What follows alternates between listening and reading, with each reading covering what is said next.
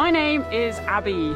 I'm deeply passionate about all things wild and have made it my mission to explore and document many of the world's most stunning landscapes through human-powered adventure. Each quest is totally unique. Some traverse exposed moorlands and rugged mountaintops. Others whiz through bustling market towns and historical cities. They see me dive down deep amongst marine life, follow world-renowned archaeological discoveries, and travel through some of the most tranquil valleys and mystical forests accessible on foot. My goal is always one of discovery and awareness. Getting outside is now more important than ever before, with obesity rates maintaining record highs and mental health issues affecting over 1 in 4 individuals.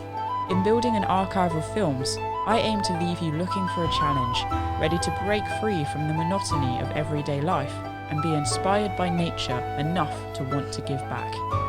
Ultimately, I want to see you don your adventure boots and spend more time in the wild for the benefit of mental and physical health. I've realised that sometimes you don't have to do something crazy or radical to change how you feel about your life. You just have to get up and get out.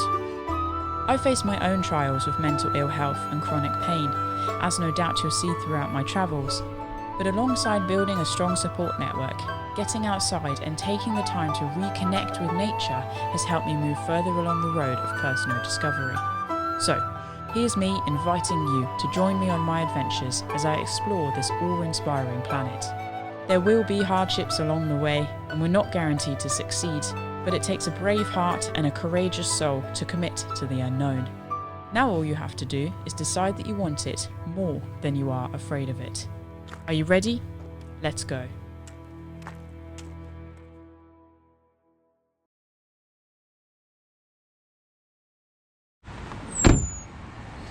Lock, lock.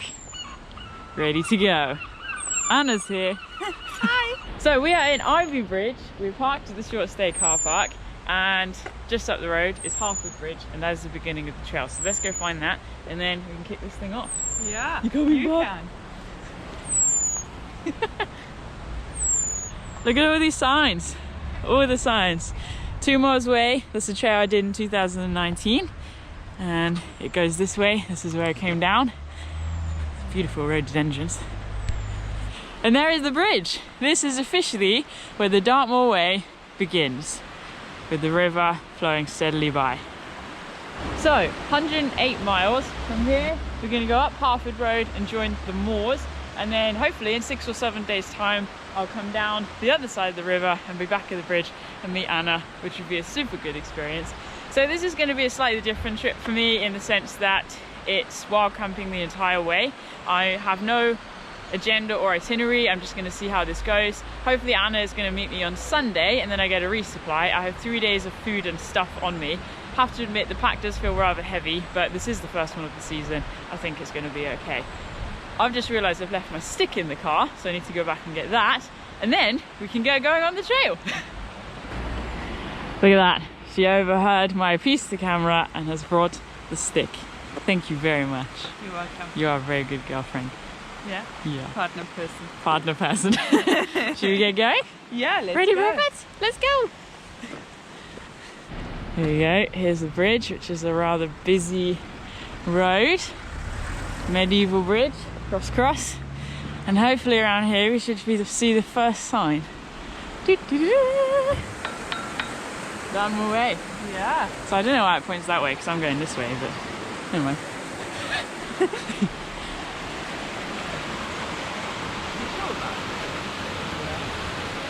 And so it begins, the first tentative steps along the trail. The first site along the way was Stowford Paper Mill. Originally a corn mill, it was converted in the 16th century, and yet at the height of its use in the 18th century. Nowadays, though, it's becoming a housing estate, and so all I can say is that I hope they maintain many of the period features of the building.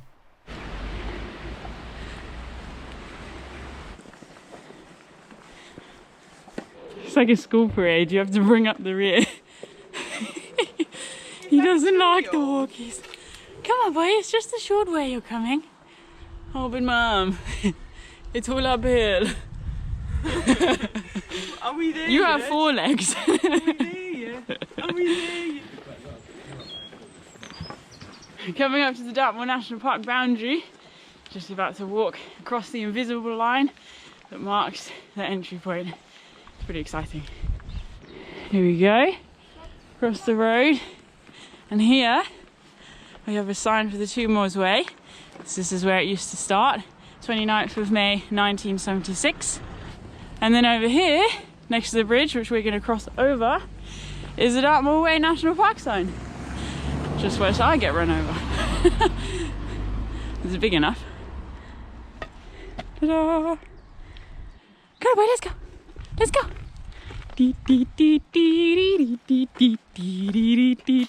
Bless you. Oh. What you doing? Crossing over the railway line between Exeter and Plymouth, we headed up a quiet lane and then on towards the moors.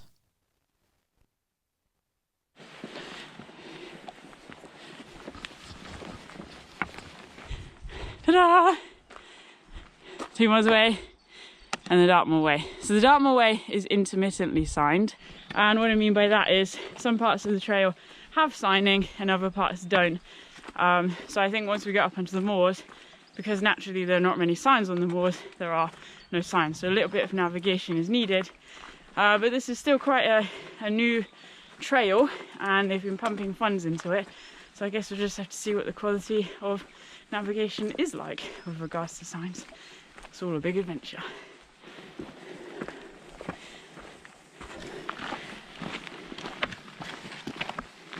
Look, these leaves have come out quickly. Oh, they have. Wow. Spring is on the horizon, or in the hedge at least.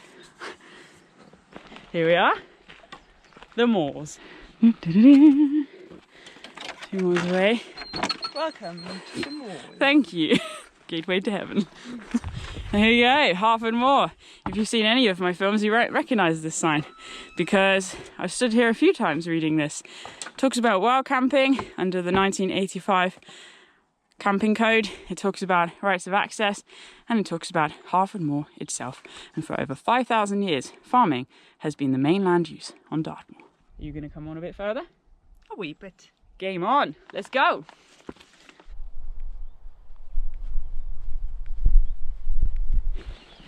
Here we've got some Dartmoor ponies. So there's 1, 2, 3, 4, 5, and a few behind us. So the ponies across Dartmoor are not wild. They are owned by farmers. They're brought in each year to be checked and looked after. But they graze the land along with sheep and cattle. All used to be forested, but sort of in prehistory it was cut back and tried to use for farming in terms of arable farming, so crops. But the soil is very acidic and it's very wild and windy up here. There's not much luck with that. As such, it's grazed by these wonderful beasts. Oh, lovely.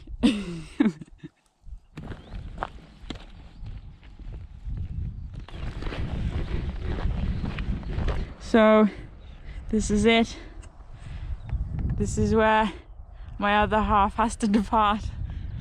Going this way? No. Are you going that way? No. Yeah. And you this didn't one want also. Me to come. No, no, Now I can't come. no. I only have this. You can't live out of that. But I have for tea. Ah, living the dream. You want some tea? I'll take some tea. Why? I'll see you on Sunday. Bye, my little beatster. Bye. You're probably gonna have to carry him. He's not gonna leave. Bye, my little beanster. I'll see you soon. Yeah. You're gonna go and have a nice time in a warm house. Come, Bobby, we'll get cookies. Go on. He's like, no, I'm staying here. All right. Bye. Bye. Bye. Bye.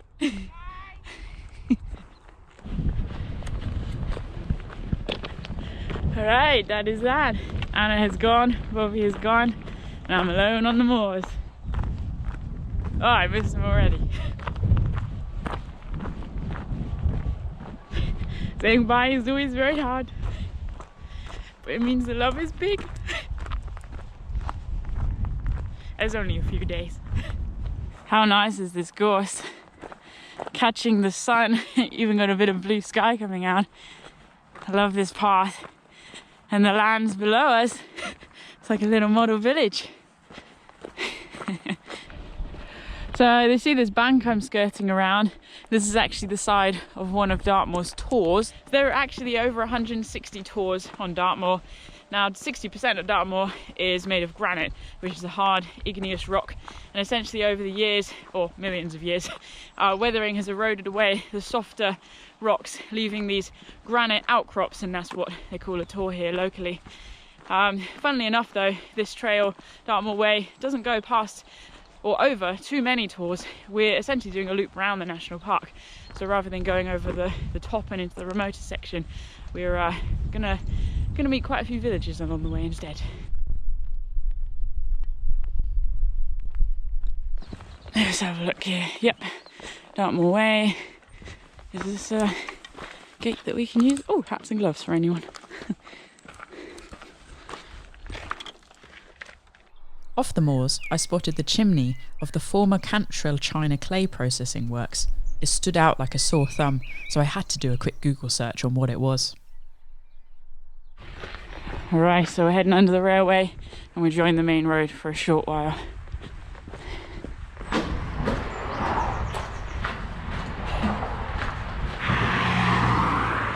We're gonna try and cross over this. Let's have a look. Good that way. Oh, dude, timing. Oh, jeez, don't hesitate. Go, go, go. Easy peasy. From here, it was on into Bitterford, passing the old toll house and then ducking under an impressive railway viaduct. For such a tiny space, it had a lot going for it.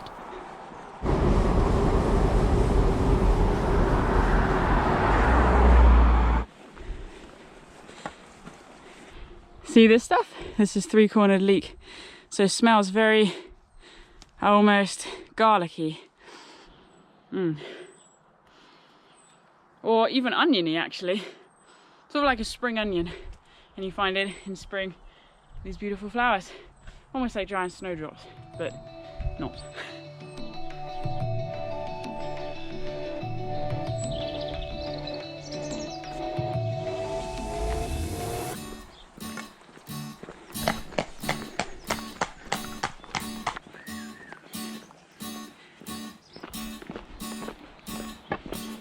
Well, so far the Dartmoor Way has been signed pretty fine. We've got two signs here, left and right, and forwards and backwards, depending on how you're looking at it. Just enjoying this country lane, walking a few cars about like this one, but really feels like spring, I have to say.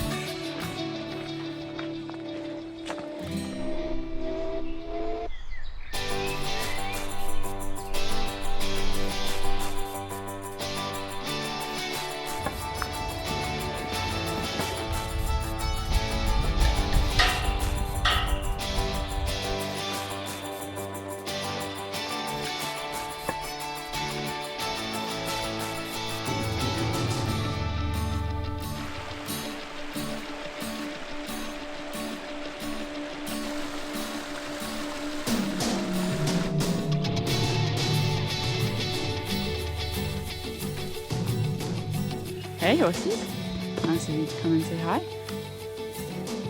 You've got a good view, I tell you. Not a bad place to live. Oh, this one's grumpy. Alright, alright. Yes, that's my pack. I'm taking it off because my shoulder hurts. So you see this sign here, Dartmoor Way, National Cycle Network. This is basically the Dartmoor Way cycle route. So technically I am still on the Dartmoor Way, just on the two-wheeled version rather than the two-footed version. So you can either cycle the route, which is obviously slightly different, or you can walk it as well, like I am. Just off path, this is the River Avon. So we'll follow this all the way to Shipley Bridge, the car park. Oh, look how clear that is. Ace. Really beautiful.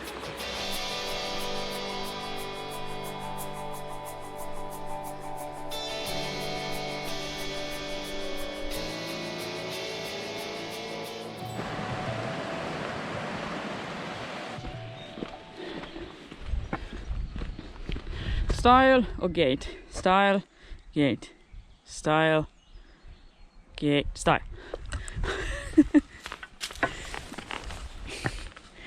Because why not? Got to use up the excess energy somehow.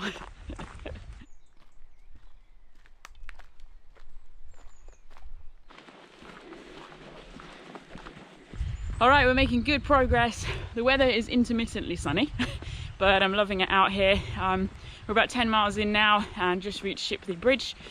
It looks really busy. Actually, I've never seen the car park that busy, but then I've never been here in the sunshine. So I'm going to cross over the bridge and then follow the River Avon up towards the Avon Dam.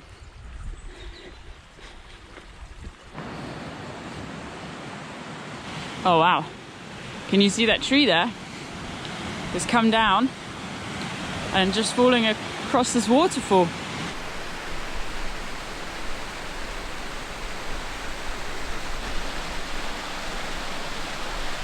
Despite the crowds, this leg really didn't disappoint. The roar of the water and the bright yellow gorse just seemed to be the perfect transition as I made my way onto the next leg of my journey. Okay, we've got an interesting site coming up now. So here on the left is the remains of Moor House. It was a Victorian property that was dismantled properly in the 1960s. Though dismantled is a choice of words you could use, but in truth it was pretty much bombed to pieces by the Royal Marines. It was used in World War II to shelter deaf children. This was a sanctuary for them. Afterwards it became a youth hostel. I mean, its initial purpose was the Hunt Master's Lodge. You can see here, we've reached the remains, but this is all that is left. It's not a lodge, it's not a sanctuary, certainly not a youth hostel. It's just a bunch of stones, really. It's a bit sad, but the waterwork people decided it should be fully demolished as it's downstream of the dam, and of course, it doesn't really help with the purification process.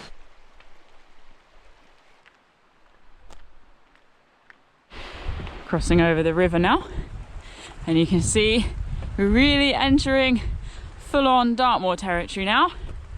Welcome to the moors, people. How striking is that gorse? Just bright yellow. Really catches the sun when it comes out too. And that's a massive bush. I love it. It was here that I found myself leaving the crowds behind and encroaching upon the Avon Dam and Reservoir, constructed in 1957. It was an impressive sight with a very unusually foreboding energy. I stopped to take it all in and then decided, of course, that it was time for a picnic. Is this stunning, or is this stunning? I mean, the light right now as well is gorgeous, but I'm following the eastern shore just a short way, and then I'm going to try and find a path up, well, alongside a stream to pick up the Abbott's Way, which is another long distance trail. I would like to camp here if I'm really honest with you, but it's too early. It's 4:30, and I can definitely make some headway with that. There's another 3 hours to keep walking, I'd say. Got to sit and appreciate it though. I think I might try and find a picnic spot. I've got a good trail mix to dig into. What about down here? I can just sit with my legs dangling over the edge. Ideal. Okay, picnic spot. Alright, so I thought whilst I'm here, I'd do some filtering of water so I can fill this one up again. So I've got my Sawyer micro squeeze, and I've also got this, which a friend recommended, which is Knock Outdoors. And essentially I can just fill it with water. It's 2 litres. The micro squeeze fits on the bottom, and then I'll leave it drip feeding into this whilst I eat my snack. As I sat with my water filtering, I felt my anxiety levels rise and a sinking sense of fear about the wild camp ahead start to prickle through me.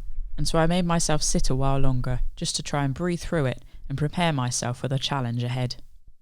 Alright, I got some water filtered and had some food. I'm going to keep pressing on. So it's 5 o'clock now, and I'm going to see if I can get another couple hours done, see how far I can get, and then pitch up as it starts to get dark. Well, actually it probably won't even be dark then. But anyway, goodbye Reservoir. I'm going to head up alongside the stream now, on to the Abbott's Way. I can feel it happening. Just starting to panic a bit.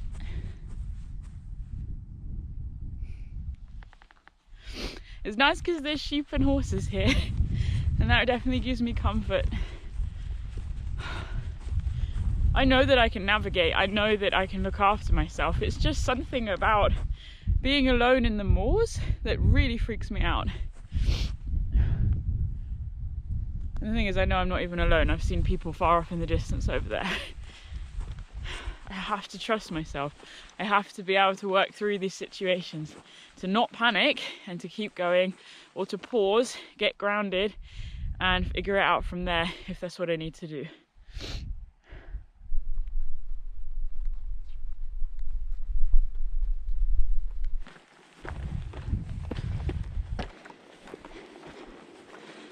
So the Abbott's Way then, now that I've just taken a slight pause and pulled myself together again, somewhat, is a route, an ancient route thought to connect Buckfast Abbey with Tavistock Abbey.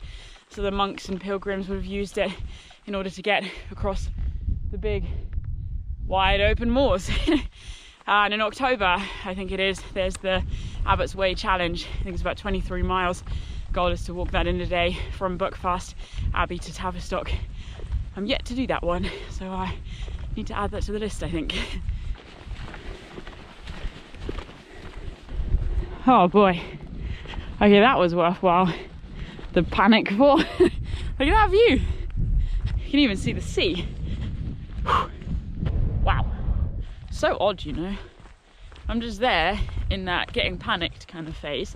And then I literally come over the brow of the hill and it's just, remote is not a word for that section of path I've just walked. And it's not like it felt remote outwardly, inwardly it did. That's the trouble.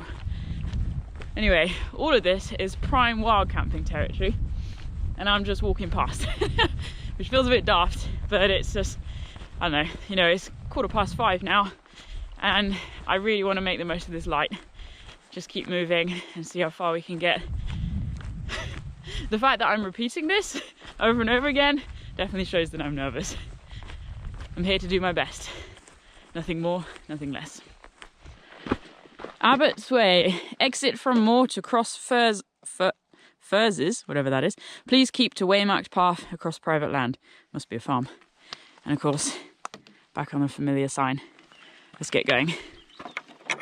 I've just been pondering the map for a while, like literally about 15 minutes, trying to decide whether to stop here or not.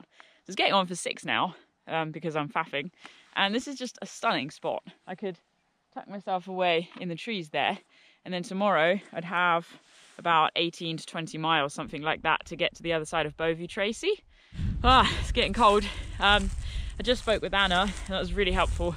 So we looked at the map, sort of explored different options, and it's pretty much 6 o'clock now, and I've decided I'm going to stay here. So I've got about 3 hours of daylight left, like possibly not even that much, especially because there's some big black clouds coming. But I want to pitch here for tonight. I could absolutely have pressed on. I feel fit and strong and able, and there were various options for me to camp, but they were all sort of near roads, and it would be sort of tuck myself away as it starts to get dark. And there's bigger places, Ashburton and Buckfastleigh, which I'd have to go through. I didn't want to faff around with that. I just thought for my first night, I'm really tired emotionally. I'm going to stay here. So I've got a little bit of filming to do, so I'm not even going to put the tent up yet. I'm just going to talk about what to pack for the Dartmoor Way. That's going to be a separate video. And meanwhile, I can enjoy the view, and then hopefully in the morning, provided it's not too cloudy, we'll get a bit of a sunrise, and then I can press on for a longer day.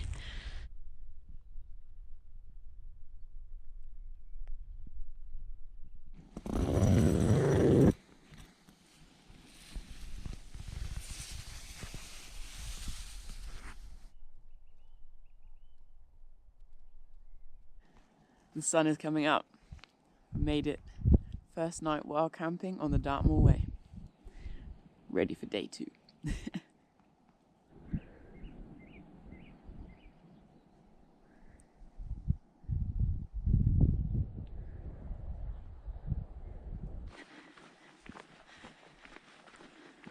Alright, good morning. I'm all packed up and I'm on my way. It's 8:15. I woke up at 6:30 to my alarm. Didn't get too much sleep. It was just very tossy-turny and very, very cold, despite all my layers and protective measures. But anyway, I do feel quite proud of myself. Just felt very quiet and calm. And what was quite nice is actually, clearly I did feel somewhat brave because I didn't put my earphones in. And normally I do that to block out sounds. I don't listen to anything, I just put them in, and I didn't need them. But I'm going to try and cover between 18 and 20 miles and get to the other side of Bovey Tracy today. And there's some woods there, see what time I get there and can pitch up.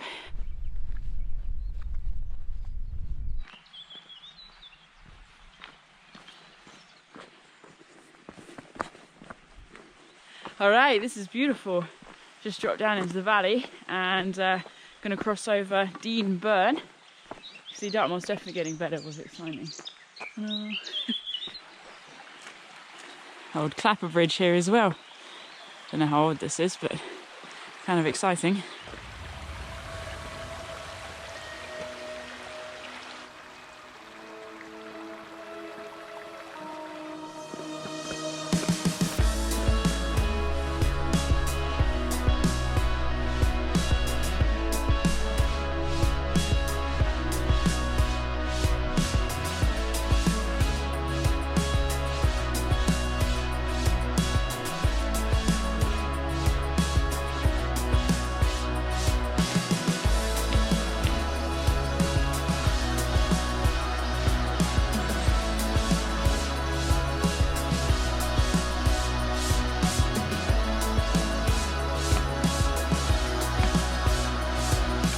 Look at all this wild garlic just carpeting the floor here in amongst the bluebells that are yet to come out. Gosh, this is a stunning piece of woodland.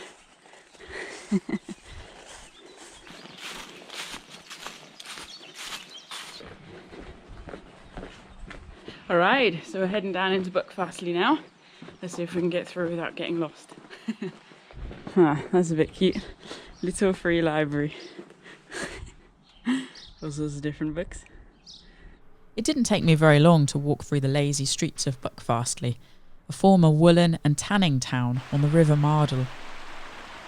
Of most interest to me was passing the Valiant Soldier, a pub where apparently time has never been called.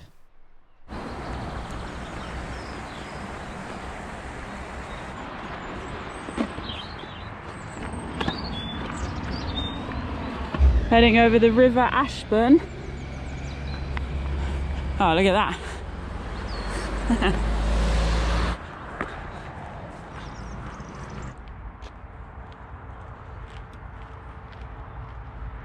Turning off, follow a track now. So essentially, we're just gonna go like that to rejoin the main road. Inspirational. Also, let's make sure we get the right gate. Not that one, but this one. Police dog training area. Whoops. This part of the route just felt really random, but at least I managed to sight Buckfastleigh Abbey through the trees, where the original wooden structure dated to 1018. Pretty impressive, hey? Huh. Someone's lost their scarf. I kind of like it. I might just have to permanently borrow that. Ta-da! Maybe it'll keep me warm tonight.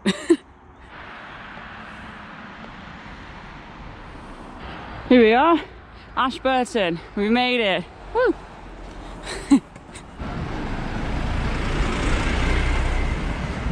So I just went into there, so it's a spa, and I got myself some water. So it's a really actually quite a warm day, and rather than struggling with filtering, since we've got a lot of road to go, I thought I'd just pour it into these guys. So it's cheating a little bit, but you know, needs must. I'm feeling my head and I don't want to take any chances.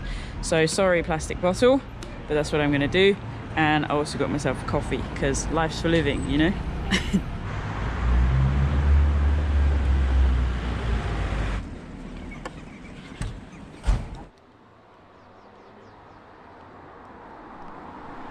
Great Bridge. Can't miss that sign. Which way now? Are we heading that way or round? Might need the map.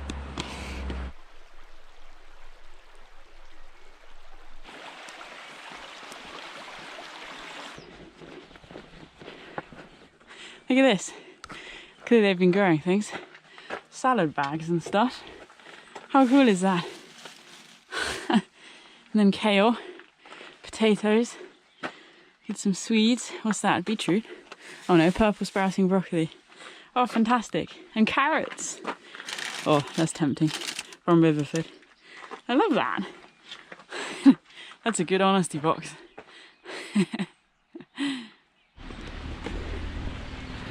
Over the stream. Seems promising. And I reckon that drive there is ours. Here we go. Oh, those are big steps. Oh, look. There's micro steps in between. And then we might have a problem here. We have a kissing gate. Never easy with a backpack. Come on, optimism. Put it out there. Oh yeah. Oh boy. Check it out. That is a rope swing. And one of my unmovable rules is never leave a rope swing untouched. Oh, it's very low. Whee!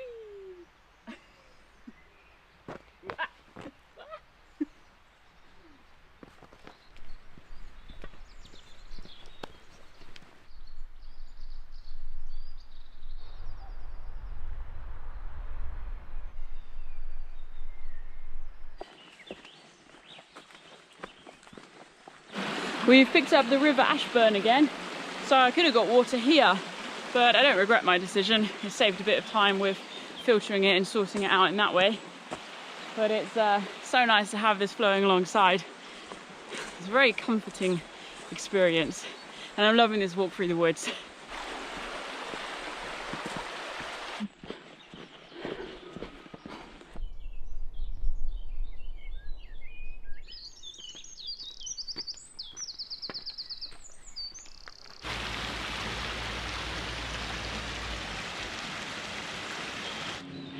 Check it out, blueberry bushes, all in flower. It's a good sign that they'll have fruit later in the season.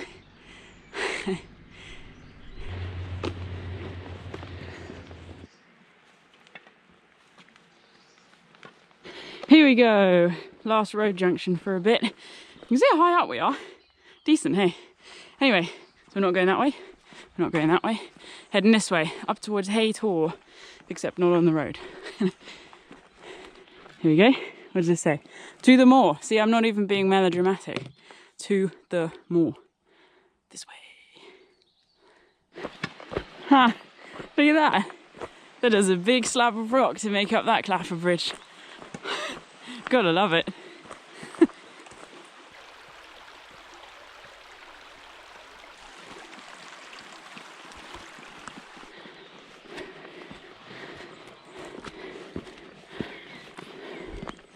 Still following the signs, and we're just about to jump up onto the moors. So apparently this is a pathless stretch, but I'd be surprised if it actually is. This is a very popular area for people to visit.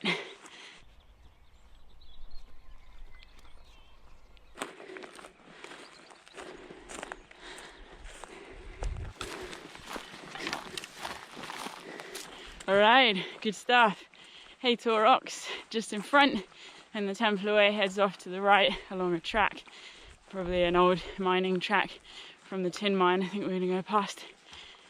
Houndtor looks pretty impressive.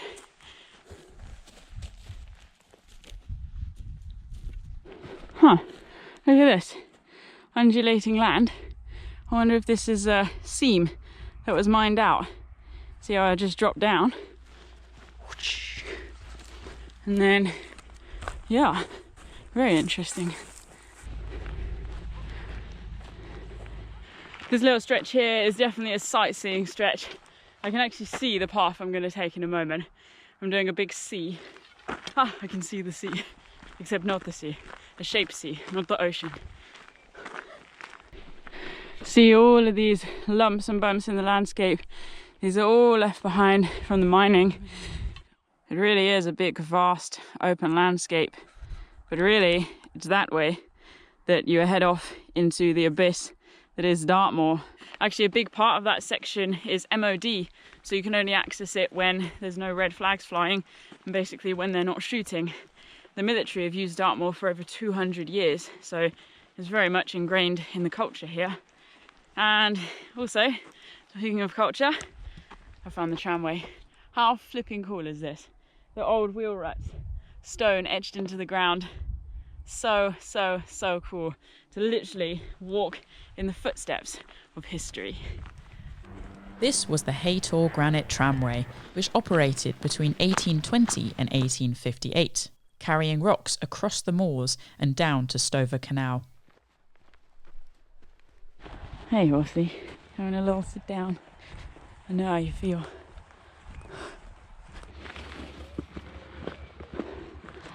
There's Bovey Tracy, so that's the next settlement on the trail. So I'm not actually going to go into Bovey. I'm going to bypass it. I have no reason to, other than obviously that's where the way goes. And my wild camping spot is on the other side of Bovey. Like I said, I can literally cut north as opposed to going east and then west, just creating a massive V.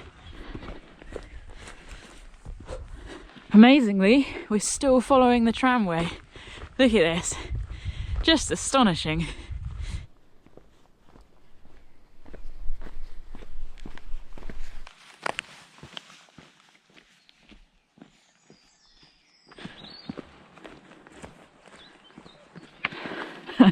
Oh wow, look at this gorse. I'm gonna weave my way through it. It's very striking against the black sky ahead as well. I like it. Game on. Oh, this is nice. It's almost like elite. Maybe it is elite. Huh. I think I need to check the map for that one. Oh, jeez. I don't want to look at those at all. Look at this. Go away. We don't need you.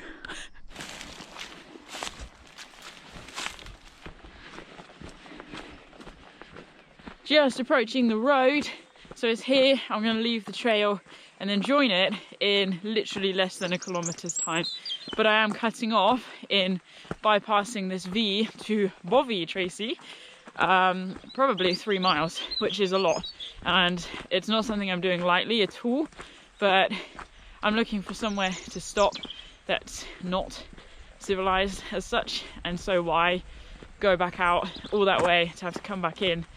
I may as well just bypass it and hopefully find somewhere good to pitch up in the next hour or so. I'll see you very soon, signs. Not that way, but this way. That's a cool house. Just chilling in the woods.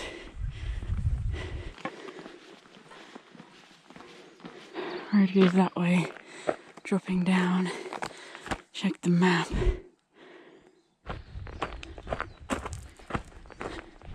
I've literally just picked up the way again. I mean, that was 15 minutes, 20 minutes walking. Cut off a couple of hours at least. So yeah, feeling good. Can just feel the change in the atmosphere as the weather is shifting past, and I'm trying to just stay grounded through that. We're on this byway, which is really easy walking. I have to say the paths utilised so far have been pretty impressive. It is Dartmoor after all. So yeah, anyway, let's find somewhere to camp.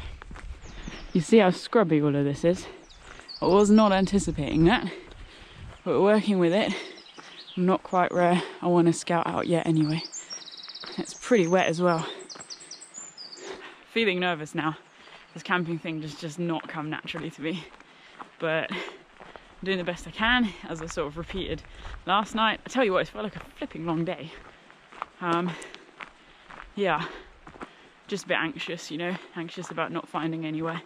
I know that water's fine though, and if everywhere is wet and dense, then just get water and carry on till I do find somewhere. It's not really that big a deal, and it's nice that I'm looking now because I have daylight to play with. So I think that's a sensible move.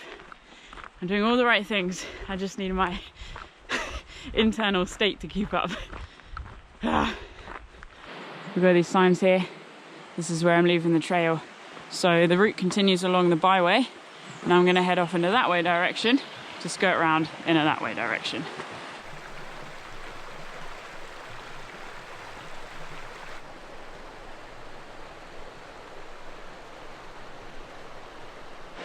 So as expected, there is no service here at all, where we see in the valley with the river, which for most people who like wild camping is great.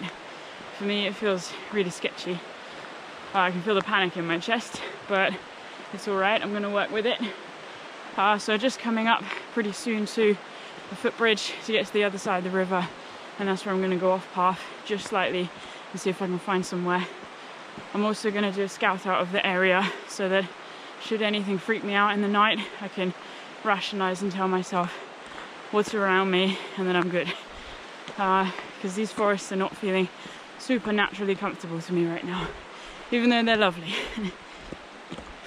Just gotta chill, man. It's a bit of a higgledy-piggledy path. Look at this, just stones. Let's try not to break anything here. I prefer it when it like flows steadier. It definitely rests easier on my mind.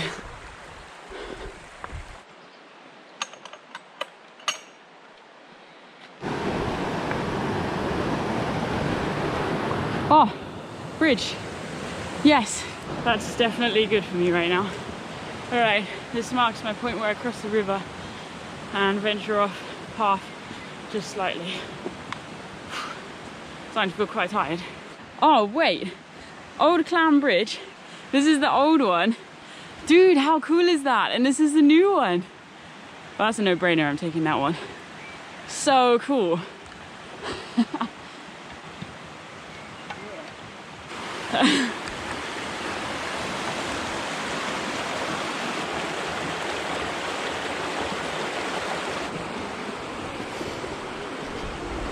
As expected, it's quite wet, but up here looks all right.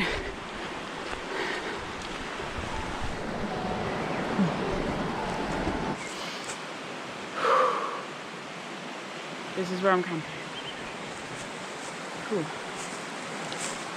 Wow. I'm actually going to stop here for the night. That is just weird. We've got a nice tree. Hey tree, can you be my friend? I just need some comfort, you know?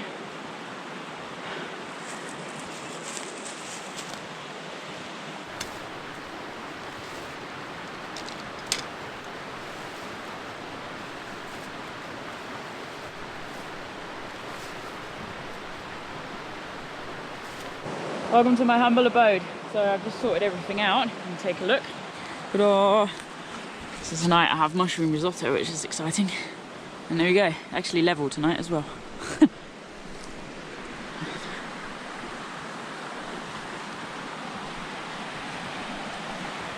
As the light began to fade, I became jumpy and my mind edged into sketchy territory. But I persevered and kept busy, preparing myself for what I expected to be a long night ahead. Alright guys, one small camp in the middle of Dartmoor is one step closer to taking on the bigger things. It's all got a purpose. Face the fear, it's got to be done.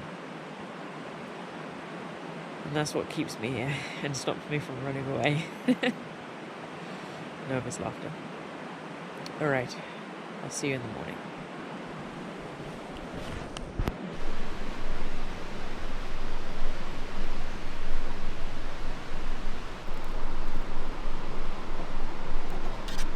I made it through the night. It's definitely how to age 100 years by not sleeping for pretty much 2 nights now. I did get some hours intermittently, but I know it took me about 3 hours to drop off. But it's all good. I actually feel really quite accomplished this morning. As soon as I heard the birds singing, I like peeped out of my sleeping bag and I just went, yes. And I just knew I'd made it. I've made it through the night. And this is what I want to do. I want to push through the fear. I want to push through the mental disturbance that comes from doing this. And I'm not really diving into detail with that because I don't want to paint any pictures. It's so hard to get it across in a verbal language when it's such a visual thing, and such a visceral thing. But I made it. It's the morning and the river is there, the trees are here, I'm here, you're here. It feels good. It really does feel good right now.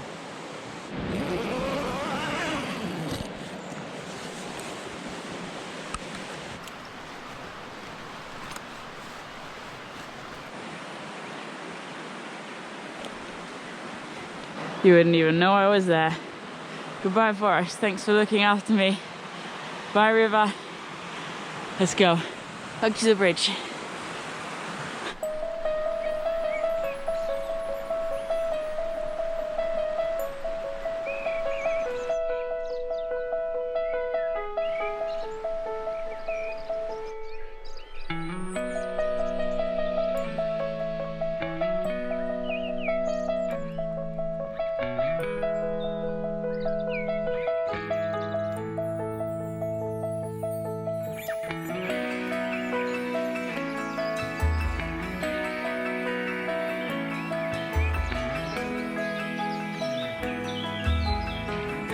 I have to admit, actually, being outside in the morning is definitely one of the favourite things that I love about backpacking. Just, I'm here with the birds, as I said, and it's just beautiful. The air is clear, the sky is also clearing. It just feels really good. It's really grounding and very fulfilling.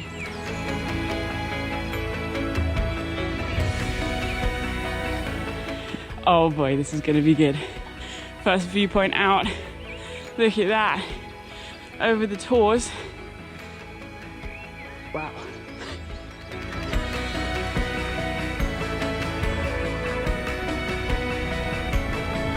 Just heading up to Hunter's Tor. Classic rocky outcrop, proudly jutting out over the valley.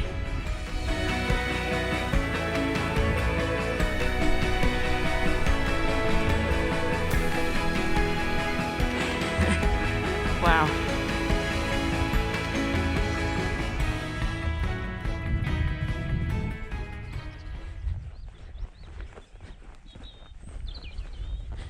See all the blossom on the trees here. How nice is that?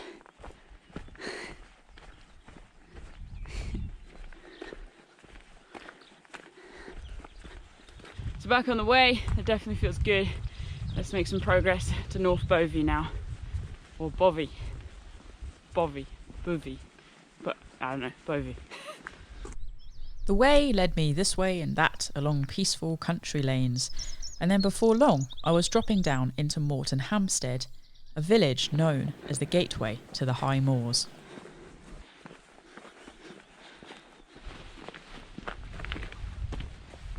Look at this. Very cool.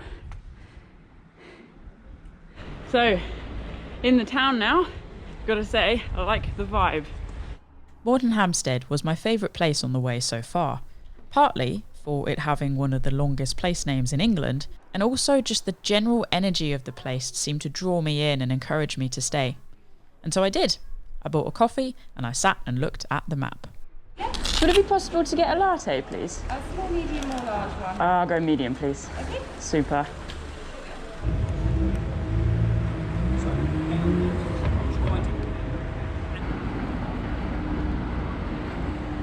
Officially heading out of Moorton now. Had a really good stop there. Had a look around all the independent shops, lots of environmentally sensitive stores and cafes with coffees, of which I bought a latte, and I have to say I'm feeling a lot better for it actually.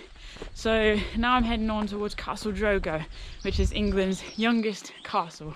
Public footpath, Dartmoor Way.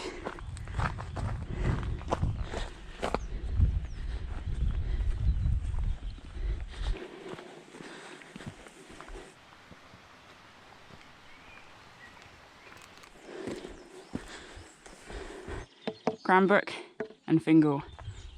This way. Not a bad place to live, is it? Don't you just love old boundaries like this? Clearly been here for a long time because these trees are having a heyday. And these dog violets are loving it too. The flora is really quite well established. Wow. And that is a view looking out over the open moors.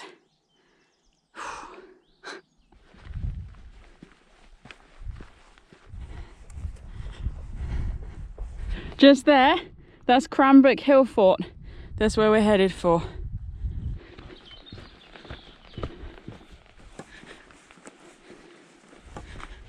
Cool.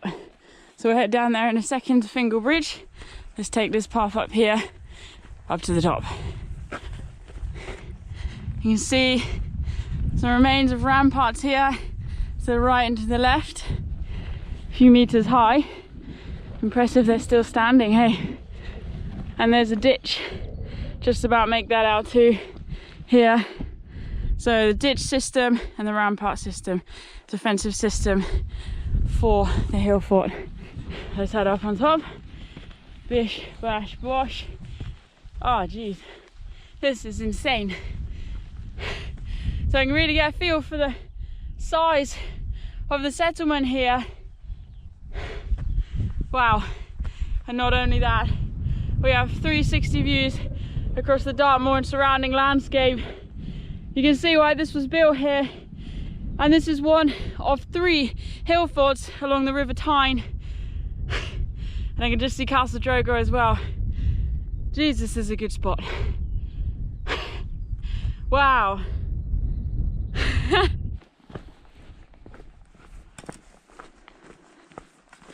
Here we go, National Trust.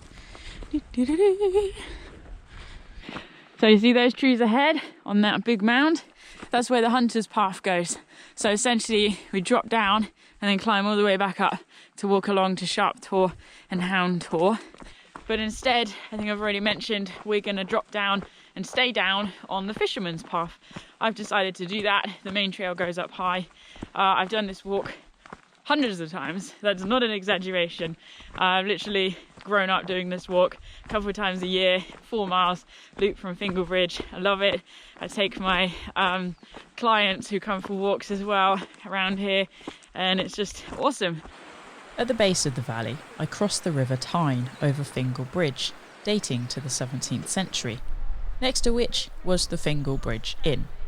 Originally named, I know, but it does have good pub grub. That I know for sure.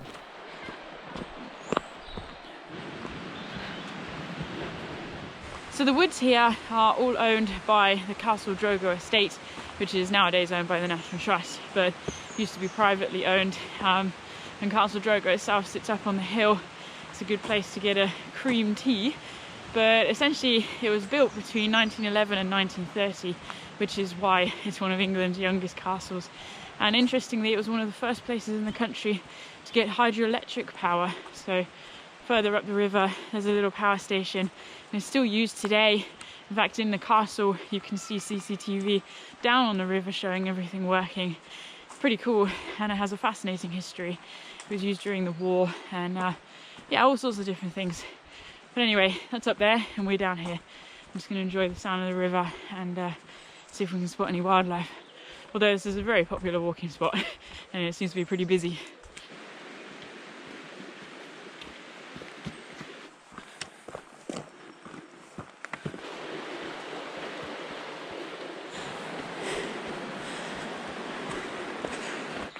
And here is the famous bridge.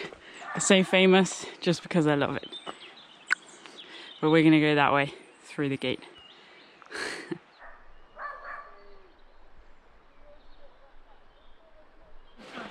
Yes, back on the 2 Moors Way as well now, but not today, and that's where we're headed for next. Just gotta carefully cross the main road. There's Mill End. Oh, bad timing. Go, go, go, go, go. And now it's quiet again.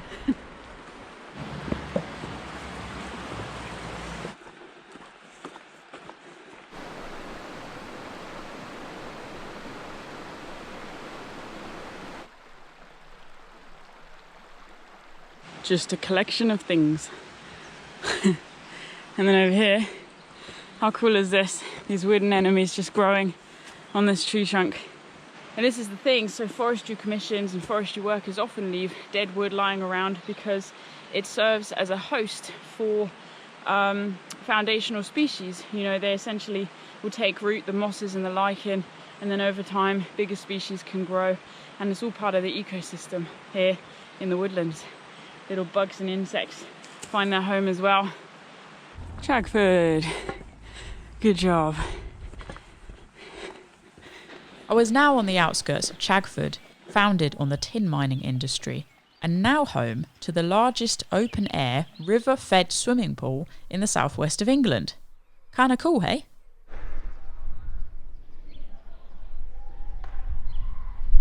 Alright, so I've left Chagford. Time is ticking on, but I'm just like extremely nonchalant about everything. There's this ruined place here. Looks like a castle, but I don't actually know. And I'm headed to Throwleigh now. That's the next place, and I'm going to try and find somewhere to duck off around there. Probably an hour away. I don't know really.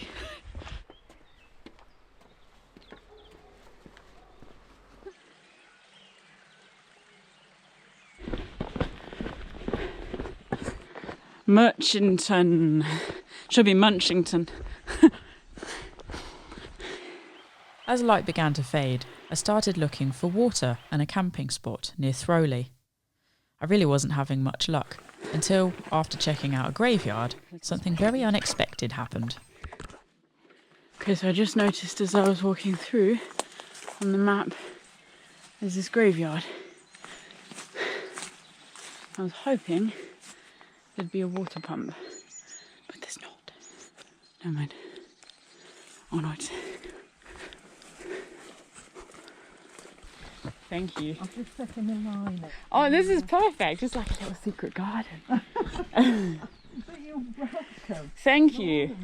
Well, this is very exciting. I have a wee cat as a friend, and I'm going to pitch up here. Just asked a lovely lady if I can camp around the area, and she's got some fields, but she also said I can stay in the garden. And I thought, you know what, for the peace of mind of just being able to switch off, I'm going to camp right there. And look at this view. Just incredible, absolutely insane. So yeah, I'm feeling brimming with happiness. I'm going to get myself sorted, and I can also just get water from inside. Easy peasy. It's going to be good to get a good night's sleep. I have found the flattest part of the table. It's time to get some grub on.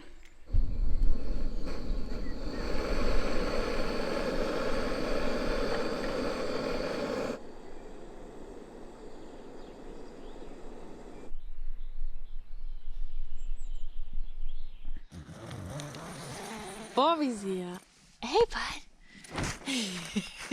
Your loads look very big. Oh, okay. You little wild child. Look where it is. Look at the tent I'm in. So Anna arrived last night with the bean, who is here sniffling about looking for food. And we slept in a bigger tent. We just swapped mine out for this one. Although, as you can possibly see, the condensation is a very sad situation. We didn't have open at all. Yeah, exactly. It was really cold last night. But yeah, got some sleep, raring to go.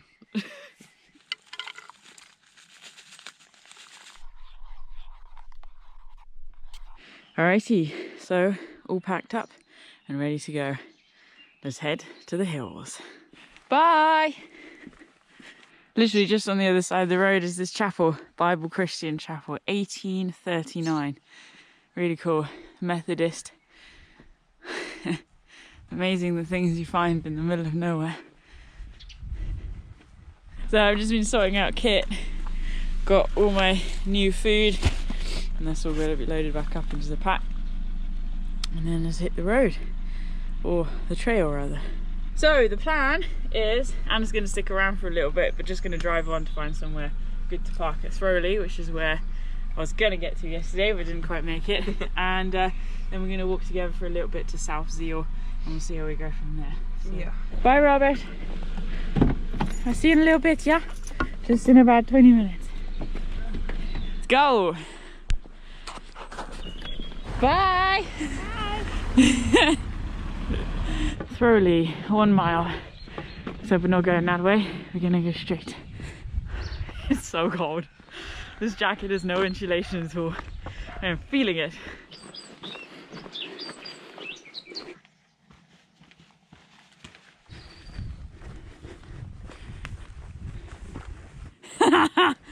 Hey, bud! Hey, bud! Hey! Did you run all this way? Hey! Yeah, I went the long way round. I used my feetses. Come on in. Hi. This way, boy, this way. Up here. Up here? Come on this way. But the Come on in this way. The car's down Up, there. up, up, up, up. Go on in, up, up. Good boy. Lone Ranger leading the way. Wow. Look at all those daffodils. Wow. Under the arch, gateway to heaven. Throwleigh Church was perhaps the most beautiful sight on the trail so far. Dating to the 15th century, it sat next to a 16th century church house, all built of local granite. Not that that's what I was looking at, obviously. The daffodils were simply stunning.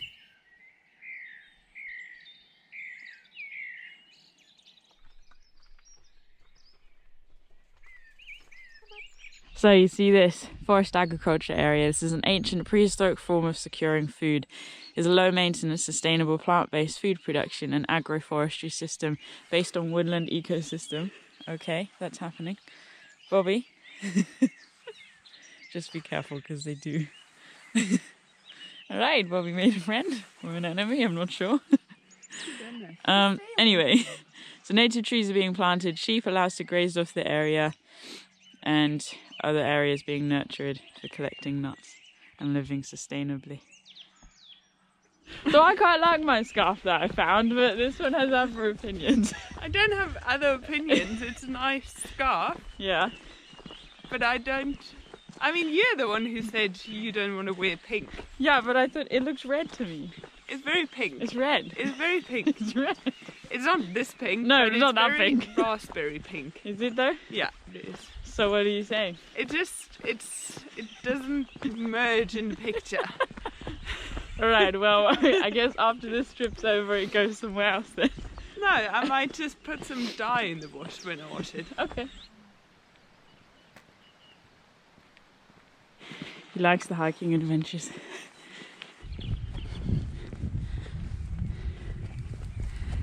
South Zeal. There we go. That's where we're going next. 1.25 miles. Easy peasy.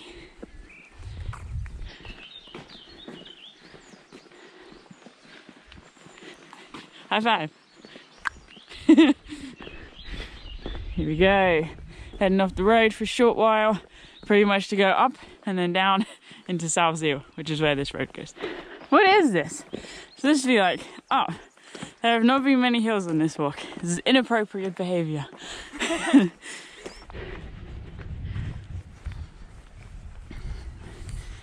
Well, this is rather nice. That was definitely worth the short, sharp climb. Just views up towards the moors and this nice open meadow here that I'm sure in a month or so will be blooming with wildflowers. Before long, we found ourselves in South Zeal, the place where Anna and I would part ways to reunite a little bit later. You're going to head back to the car. Yeah. I'm going to walk to Bellstone and then Oakhampton and see you there. Yeah. Yeah? I'll see you there. See you there. And Bobby has somehow just made it onto the bench. Here we are leaving South Zeal then. So Oakhampton's 4 miles. We're going to continue on along here and go our own way to it.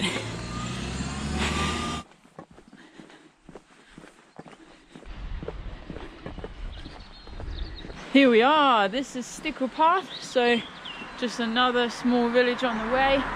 Gonna cross over the River Tor now, T-A-W as opposed to T-O-R, and cross the road as well.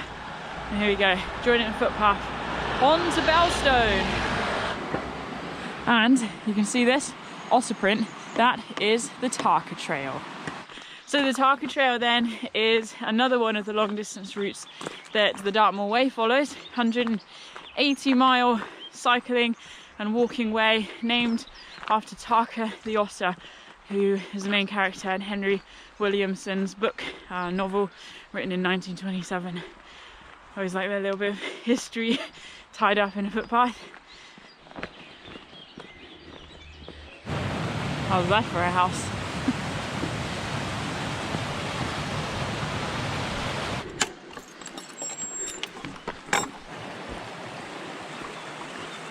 Wow, that is a big tree. Look Look at this, just growing here. I wonder when that took root.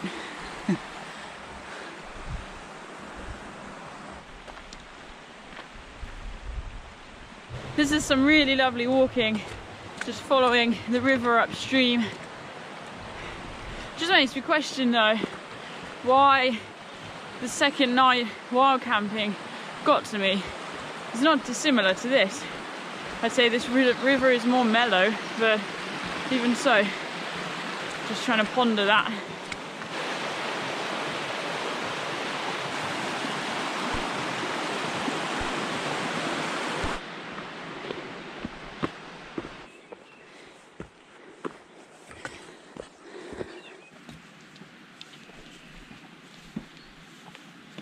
Here we are, Belstone then. So another settlement that was formulated around mining, this time copper, which was mined locally during the 19th century. Famous for Belstone Tor nowadays, and the Belstone Commons all around, as you can see, big open moors you can wander around in and do cool stuff. There really wasn't very much to see in Belstone, except for an old telegraph office, and so I passed on through rather quickly, and then into some interesting weather system that seemed to be floating above me. Do you remember I mentioned about the military? See how big their zone is? We're here. A wee little dot. You got all of this military training zone. Don't attract debris, it may be dangerous. I found a lot of bullets here actually. Oh good, I think we're fine. Let's press on through. Wait a second. It's snowing. Can you see this? These are snowflakes falling from the sky. Told you it was cold today. Very weird. I'm like looking at blue sky. There's this cloud here. It's a cold one to be in.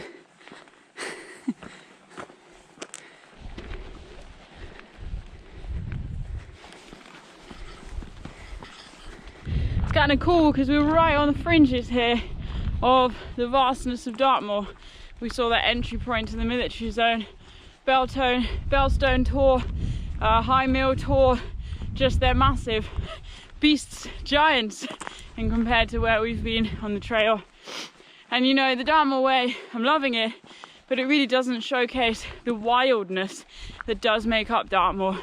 You've got to really enter its interior to access and experience that.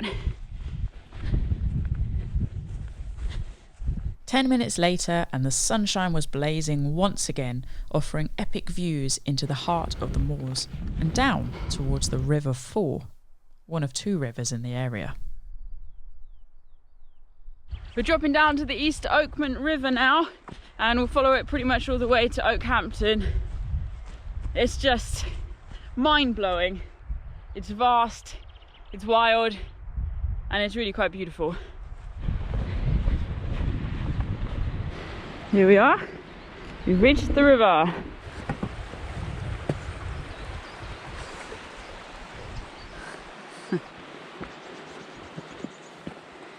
Bit of a gnarlier stretch here, just taking it steady.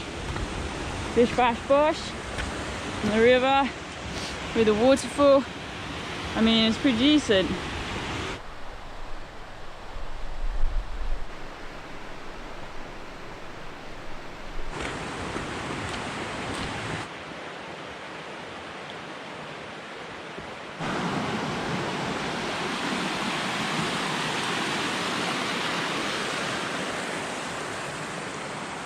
Not sure if the microphone's picking that up, but you might be able to hear the road. So just approaching the edge of Oakhampton now. Interesting place. It has mixed fortunes throughout the years. The railway arrived in the 19th century, and the route does go into Oakhampton itself, but I am potentially going to bypass that and just head on alongside the railway, just because I don't need to resupply in town, and hopefully I'm going to find Anna somewhere around here as well. And there's the viaduct, just on the other side. Oh boy, that's impressive.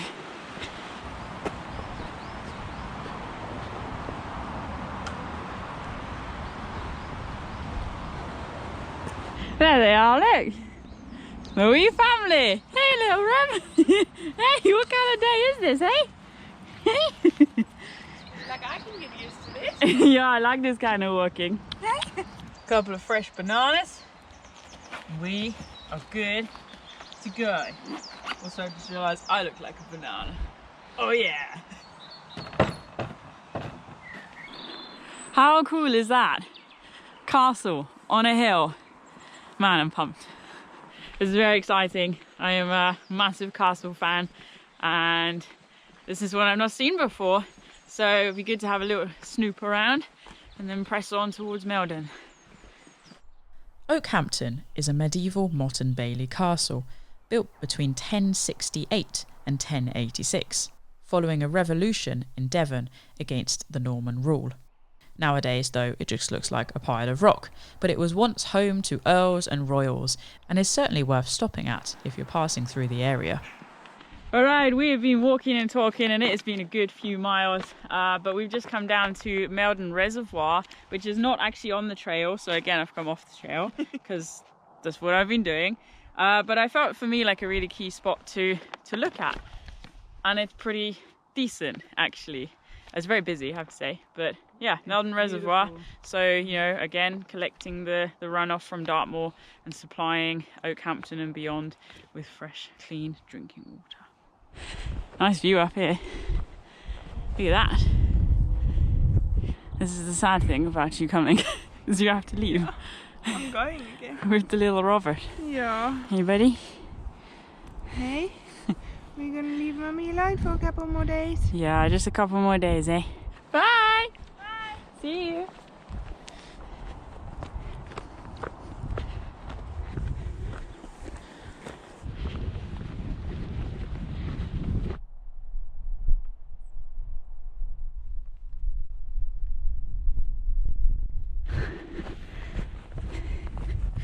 It's insane how beautiful the light is right now. Even though it's cold, just it's so clear and beautiful, golden. There's definitely a bit of strength to the sun. Yeah, just feeling really blessed to be on the trail. This is just everything backpacking is to me, right here in this very experience.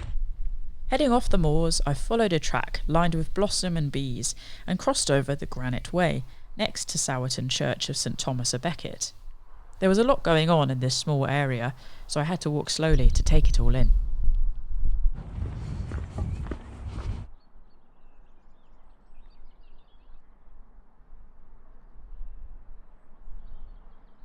Sowerton Parish Trail begins and ends here. A leaflet can be found from local tourist information centres.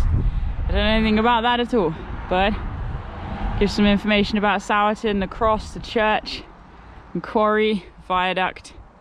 It's lovely having all these local things, hey?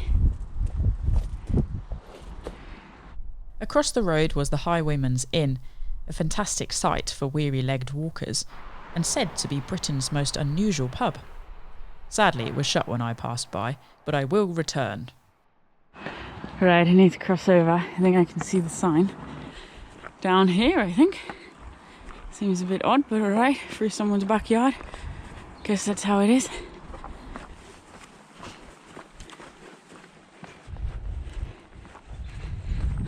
Up we go! Mini, whoa! Did not plan that properly. Try again. Mini ladder style thing. Oh jeez, I'm very unbalanced with this weight on my back. Forwards, backwards. Backwards. I'm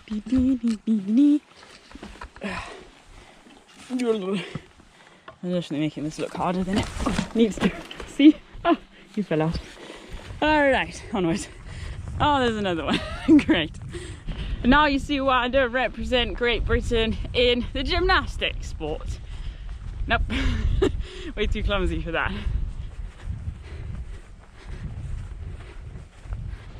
Jumping onto a restricted byway. Hopefully this will make for quite fast walking. Let's do it. It should just be a lane the whole way to Lidford. So that's the next destination. Lidford Gorge is one of the famous places there, owned by the National Trust. Beautiful walking with the Devil's Cauldron. So I've done that as a day walk as well. Check out that video. So we're obviously going to walk on by. And yeah, basically from Lidford, which is a few miles away yet, I'm going to continue to keep an eye out for places to camp.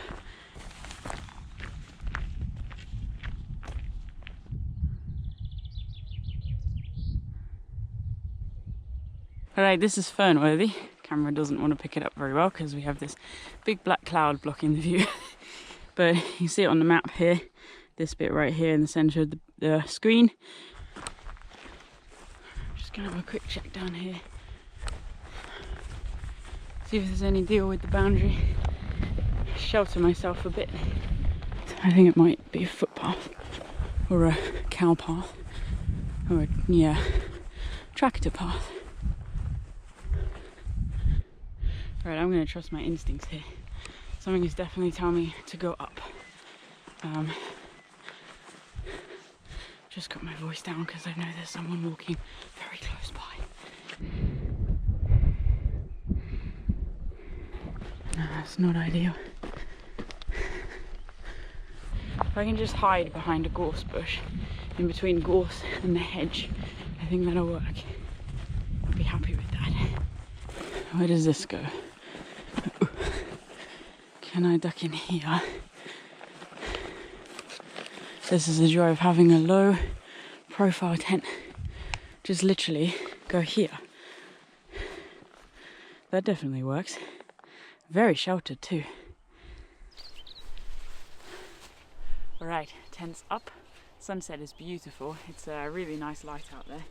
I've been prickled to death by the gorse, but I'm gonna get stuff in and then probably just head out and watch the sunset.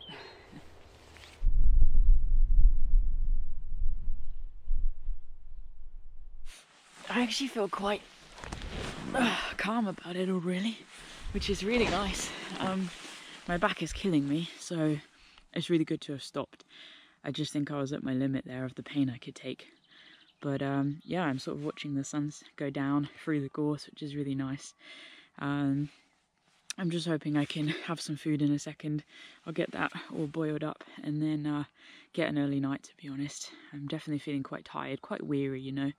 So hopefully as it starts to get dark, I can actually drop off and get a good night's sleep. I'm loving this. This is a good wild camp. I'm actually happy about it, which is a first. So yeah, good stuff.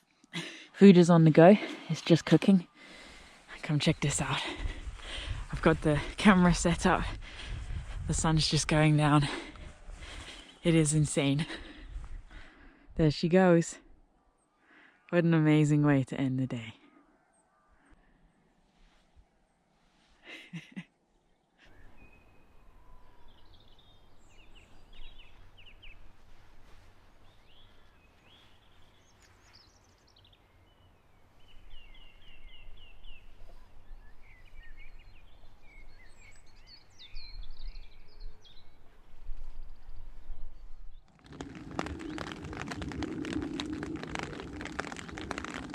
I am struggling, people. I am struggling. I'm trying to get myself to move.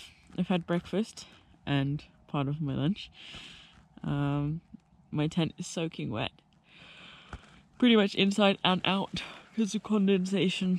It rained in the night and yeah, I'm literally watching it drip down the tent. Into my tent. Sadly. And I just don't feel like I want to deal with that, but I have to deal with that. So yeah, I just finished writing my diary. And I probably should just get up and moving. Oh, great. It's trying to rain again.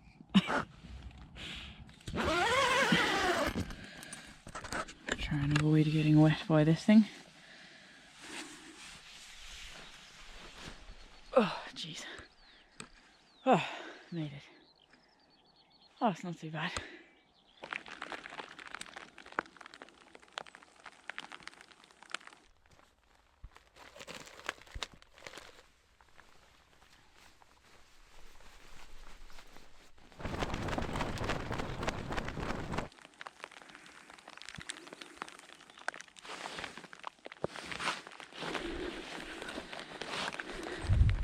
Here we go, we're on our way. It's a little later than, well, just a little later than the other days. I was gonna say then I would like, but I really don't care. It's just gone 8 o'clock. So I'm gonna head down into Lidford now. We'll pass by Lidford Gorge and then my goal today is basically just to get through Tavistock, which is about 14 miles away from here right now, and then I'll just see how far I get on the other side. I don't know what the deal is with the weather, if it's due to stick around, but for now, other than my fingers, all warm and all good.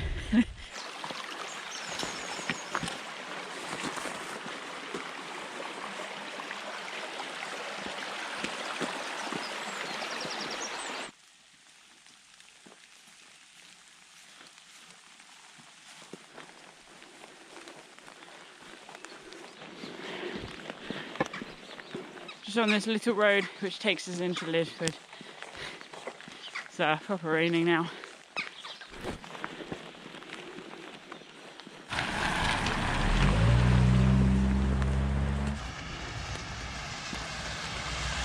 I have to be honest with you, I don't mind this weather. I mean, yeah, ask me in like 6 hours time and I might be like, yeah, I'm done now. But it's definitely better than like a sticky, mild, drizzly day where you kind of need waterproofs on to keep yourself dry, but it's warm. It's actually cold. Apparently they've had snow in London and this is very sleety at times. So I'm good really, I'm all layered up. Just got to keep plodding and make sure I regulate my temperature so I don't get too hot. Many of the houses have kept their period features, you see. It's obviously some old barn. Really nice.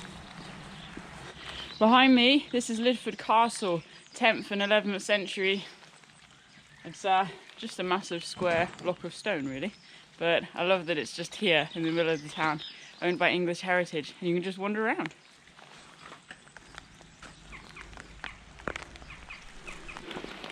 The rain continued as I left Lidford behind, passing the Saxon town banks along the way and St Petroc's Church, dating to the 13th century. About to head over Lidford Bridge, and in there is Lidford Gorge National Trust site. So obviously we'll leave that today and pass on by. And down there is the gorge. It's a bit too rainy to be able to see it properly, but there's the water and there's a footway. Have a quick look around the other side. Long way down.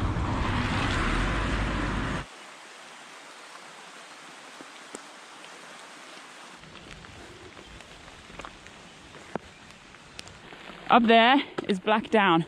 So the main route follows this bridleway, which I'm going to follow for a short while. But then basically I want to head up over the top. So you can sort of see the trail, I don't know, here. And then I'm going to cut up.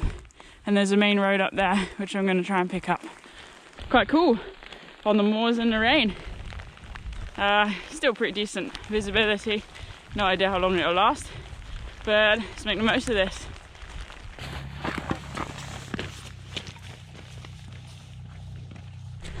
Here we are. This here is our turning. As I crossed the open moors, the skies cleared and it finally stopped raining, revealing vast open expanses of brown and green. I mean, I couldn't see super far because of a low bank of cloud, but still, it was nice to be out of the downpour anyway. Here we go. Heading down to the road, which is ace. It seems to be quite a busy road actually. I was not expecting that, but there we go. Now the goal is to walk down this road and not die. Falling into it. Life.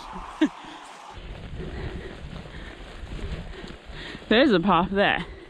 I don't know if I could have used that or not, but anyway, I'm here now.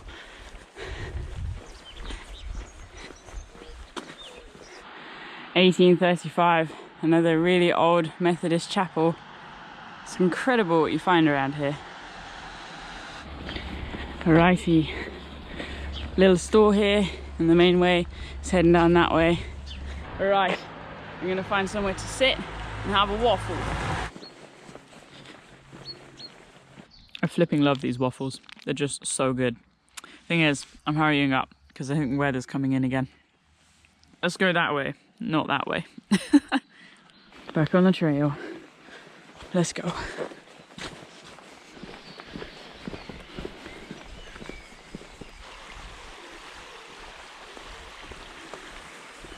There's the bridge, and here we go.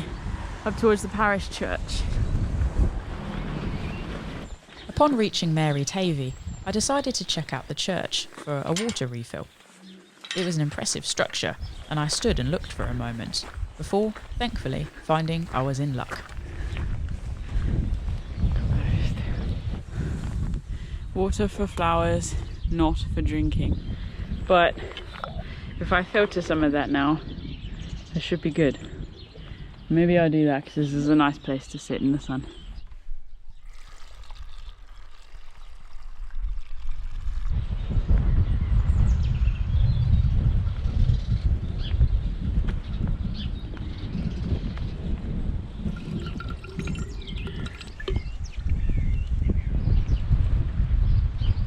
Alright, I filled up 2 bottles. It's getting really windy for some reason and very cold, and there's a big black cloud coming in, so sorry you're dirty. I'm ready to get going now. Let's pick up the trail and get some miles under these boots. Happy days. Appear to have a bit of a problem. Can't fit. Mary Tavy Hydroelectric Power Station. Just down there. Can't get too much of a closer look, unfortunately, but we do love a good bit of renewable energy. Anyway, let's go. Crossing over the River Tavy. Gosh, that's a nice one.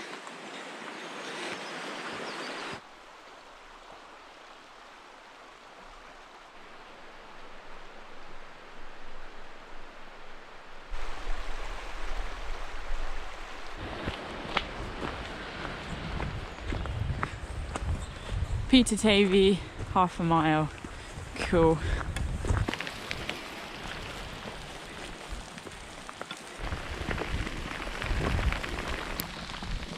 See all the hail balls? See if I can catch one. There.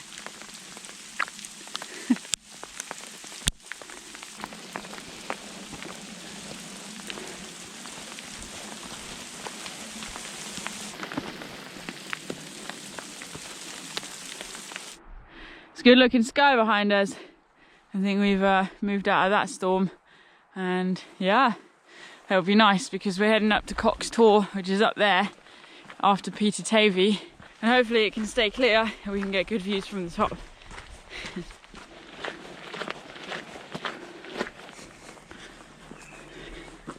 Hey Doug. Hey. Hey. Hey. Are you good? Are you good? Hey, are you good? You love the strokies. You come and say hi. Hey.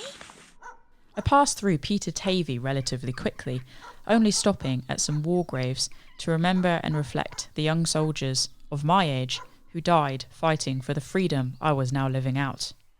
I really was very grateful.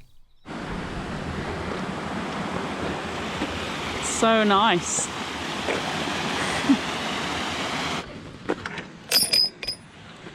Heading up to the moor then. Let's go, 1 mile.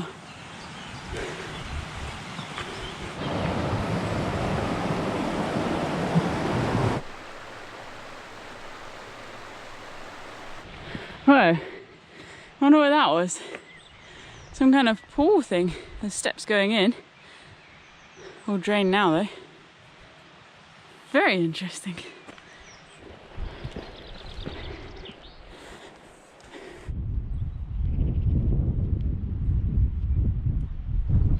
Views are opening up behind us. It's pretty decent. I mean, you can see all the weather as well, but let's ignore that part.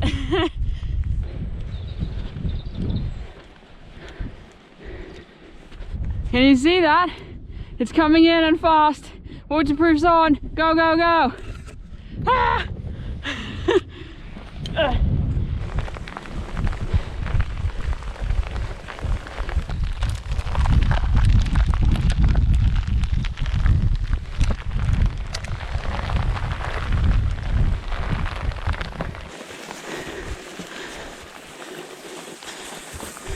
Clear blue skies behind now. Just crazy. Proper April showers, hey? Here we go. So ahead is Houndtor, and we're going to pick up this trail to the right and sort of skirt around the flanks of it. And now I need to turn my map around. This is an exceptionally fulfilling moment. It's been incredible to walk the northern side of this map, flipping it back over in a very unsubtle fashion. Yeah. Yeah. Let's go. That has got to be one of the best views so far. Just immense.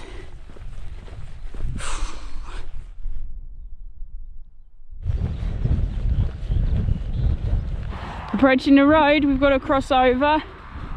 Should be all right.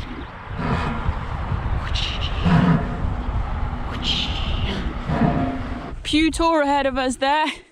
Rocky outcrop. I'm in a maze of gorse. It's as tall as I am. Oh wow. All the water has eroded away the soil. No way, look at that. From here, whilst enjoying a snack, I decided that I would create an alternative route, skipping the leg into Tavistock. Can you see a theme here?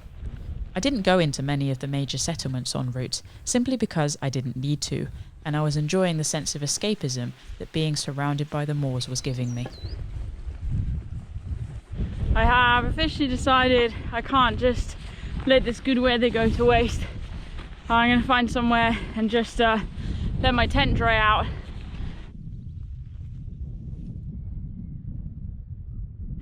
I know that looks dangerous, but it's fine. It's just attached to the gorse and the ground sheet is touching it, not the finer fabric.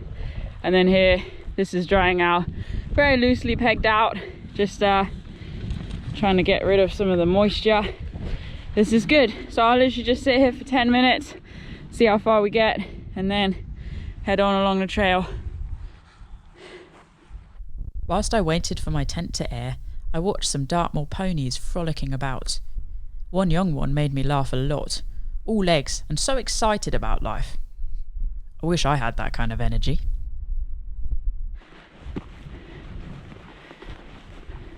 This is where I'm going to leave the main route. So it heads down that way to Tavistock.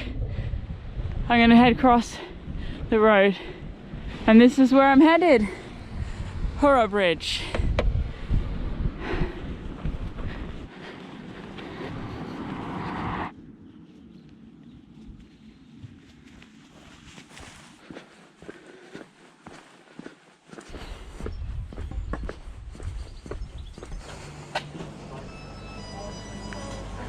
Thanks then. Thanks. Cheers. Bye. Sometimes I surprise myself. This really does not happen very often. Literally only when I'm just completely drained, which is how I'm feeling right now. So I'm hoping this sugar is going to give me a bit of a kick. And then I can just keep plowing on for another 3-4 hours. Despite the way officially not coming through Ivybridge, I found it to be an interesting place. Once a thriving tin and copper mining village, it sat on the River Walkham, which is famous for its salmon. Alright, main road goes that way. We've got Station Road here. I'm just trying to weave my way through the houses to get to the footpath again, which is further up the hill, as far as I can tell. Ah, there's the big church. Look at that. Quite impressive. Oh, look, Dartmoor Way. Back on it. Done. That was easier than planned.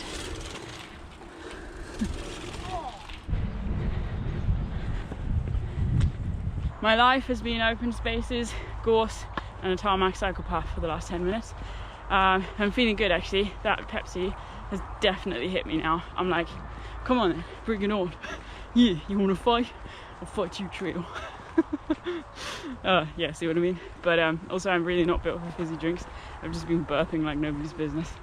So we're on the outskirts of Yelverton anyway, to get back to the point. And I'm hoping to press on another few miles on the other side to some woods and a stream, and I'll see what the setup is there. Looks like it might be quite hilly.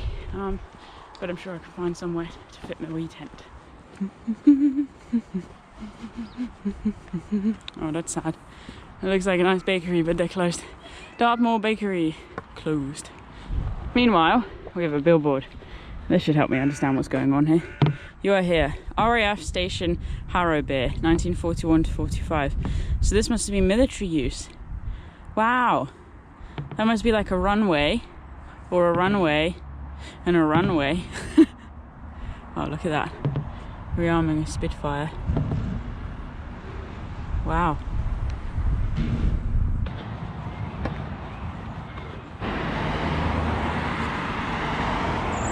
Well, here it is, the outskirts of Yalverton.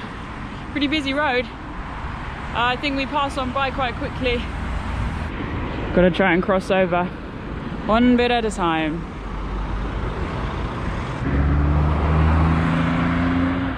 Still on the Drake's Trail. Go all the way to Plymouth if we wanted to. There's a bit of a breeze picking up, but walking alongside the road for a little bit, and then we're going to duck on down into a valley. Really from now, I'm just sort of starting to wind the day up. I've got a few places on the map I've looked at, so I'll see what they're like in real life when it comes to camping. But otherwise, just keep walking.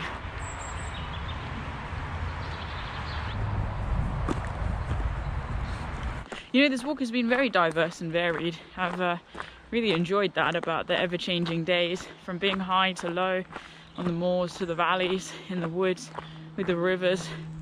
It's, yeah, certainly got a lot to offer. Oh no, there's no way I can fit through that. No, that's not happening. Okay, I'm gonna have to just try and climb it again. I guess. Bus is all covered in fresh black tarry paint. There we go. Kick it back with the foot. It's an arc, and then you get the space. Wonderful. I've got to admit, this stretch has a very weird feel to it. There's no Dartmoor Way signs, haven't seen any yet, because the signs themselves look quite new. But it's just definitely a footpath. Just has a weird presence.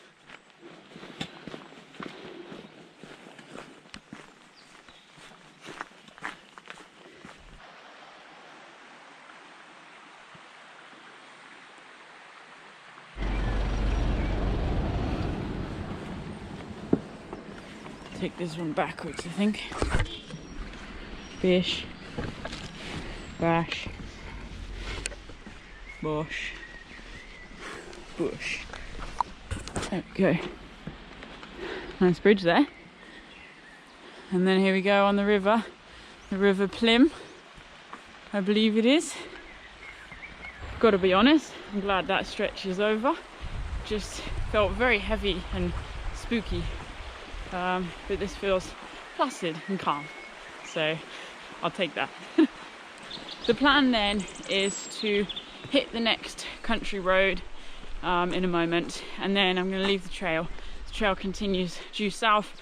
I'm going to head uphill, up into the moors, and it just looks like the best spot. There's a whole bunch of field boundaries, and I'm keeping my fingers crossed that I can sort of duck in there.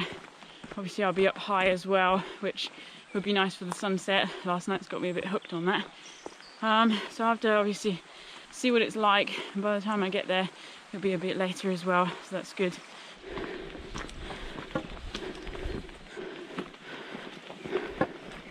Just crossing the boundary now to open common land, so can't be far away now. My designated spot. I can see there's a cross on the side of the road as well.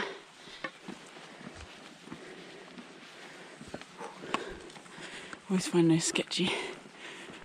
There is a series of ancient crosses dotted across Dartmoor, many acting as navigational aids, but others are memorials, boundary markers, or places of burials.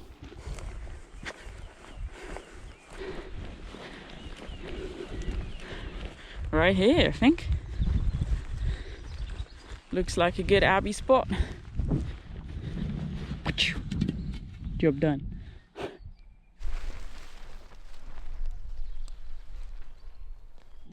The sun is just about to dip below the horizon. The camera is stood there capturing it. The tent is up. I've got a good meal on the go. Couscous and lentils, definitely one of my favourite. And I'm just feeling on top of the world right now. No hesitation at all about pitching here. No nerves, sitting, waiting, deciding. No anxieties, no fear. I'm feeling so blessed. You know, the weather has really helped with this trip, helping me deal with my fear of wild camping. And let's just be honest, I'm still anxious about it, and that's okay. But what I've learned is my limitations, the parameters in which I feel I can operate. I've learned what challenges me, what pushes me, what is easier and more subtle. It's awesome, you know, and this here is my final night on the Dartmoor Way. Last night was wet and soggy, and I was able to dry the tent out today, and I'm just being rewarded with this view. I feel so humbled by fear and the fact that if you show up, if you're willing to try and push through it, you'll find out what's on the other side. And it might not be something awesome and glamorous and stunning, but it's certainly a lesson, and I sure have learned more than a handful of lessons on this trail so far. And tomorrow I'll be heading off for the final day along the way, all the way back to Ivybridge, right at the bridge where I started. It's going to be a pretty epic moment when I get there. But for now, I'm going to sign off today and leave you with the setting sun in all of its glory.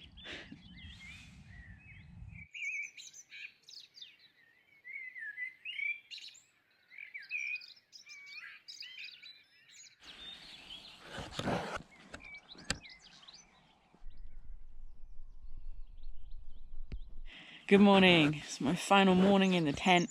I've been taking my time. It is a beautiful morning. I've just been listening to the birds, doing some reading, and now I'm packing up, getting ready to go. The sheep are just moving in. They came and had a look in my tent, which was quite funny. Made me jump, but also just funny.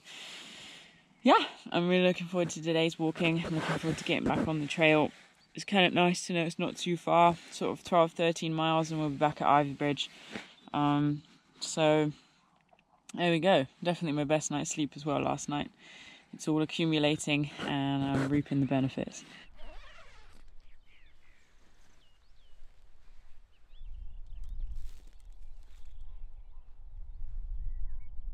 Bye campsite. It was good. You were very kind to me, and hopefully see you soon. Let's go onto the trail. It's definitely one of the nicest mornings so far, I'd say. Just clear skies. Oh man, so good. It's 8 o'clock. Let's get back to the trail.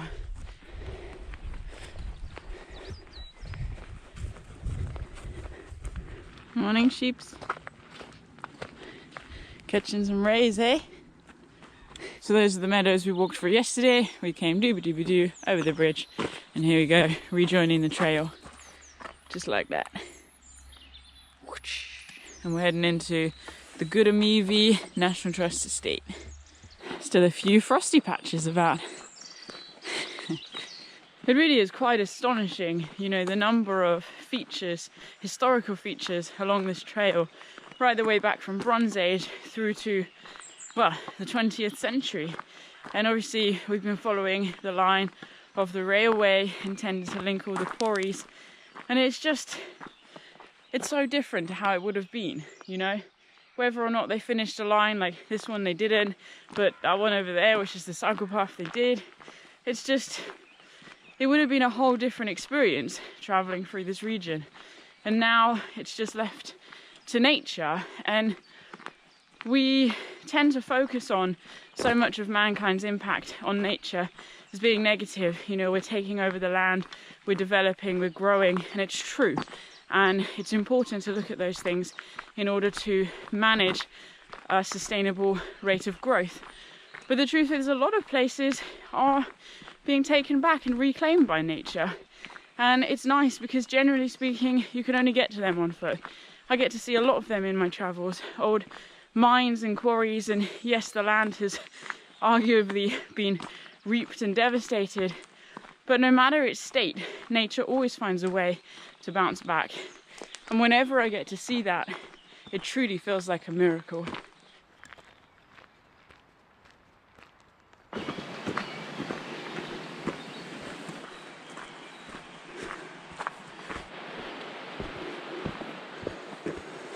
Being a bit of a geographer at heart, I'm kind of excited because we're heading down to Ivybridge, and it's there that we should meet the confluence of the River Plym. So the Meavy joins the River Plym and then they continue their onward journey as one combined river. Tree down. Oh jeez, look what happens with my leg. Help! Whew. That was slippier than I thought. I'm never subtle, am I?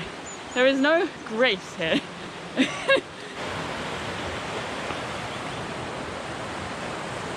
The force of the water felt electric in my excitement of the final day on the trail. Yet I didn't rush, stopping to watch a pair of colourful mandarin ducks pootle about amongst the rapids.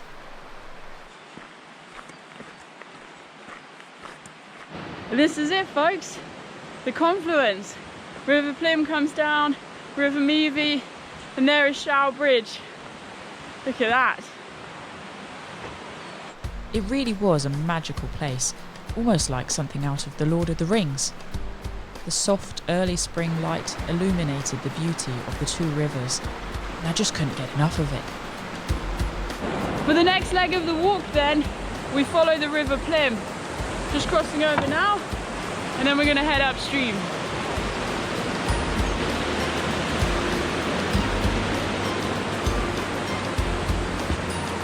Oh yes, happy days.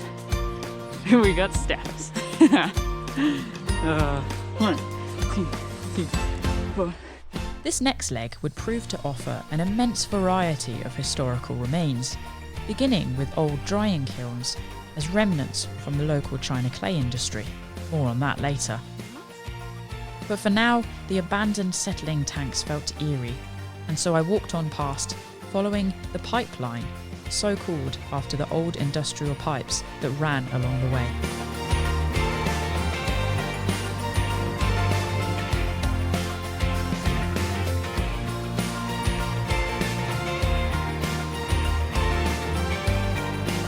The forests here were some of the best along the way, made up of carpet moss and gnarly sessile oaks.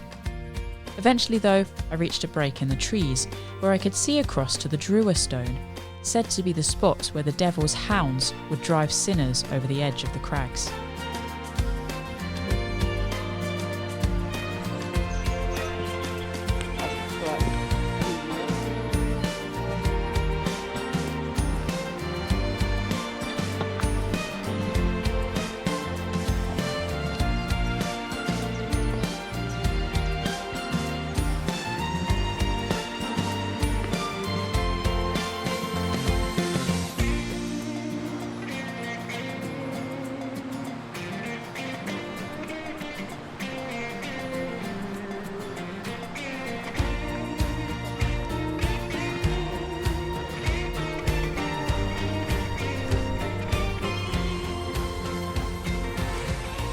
Here we are then, just crossing over this road, and then we're going to head off into the moors along a track. I have to be honest, I'm pretty excited about this next leg. I want to see all the china clay works. Some of them are still in action, so I'm hoping we can see some of that action.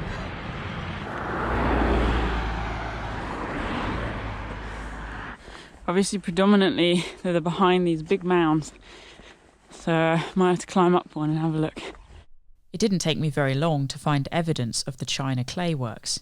In fact, the entire landscape in this region offered suggestions that it had been worked at some point previously, from old pits, stonework, steel work, and flooded ponds. Just passing on through, eh? Oh, coming to say hi, actually, apparently. Hey, beautiful. You're lovely. Yeah, I like your colours. Oh, look, already. Ticks. That's very sad. Hey, How sad is that? Although I don't want ticks, so hello and goodbye.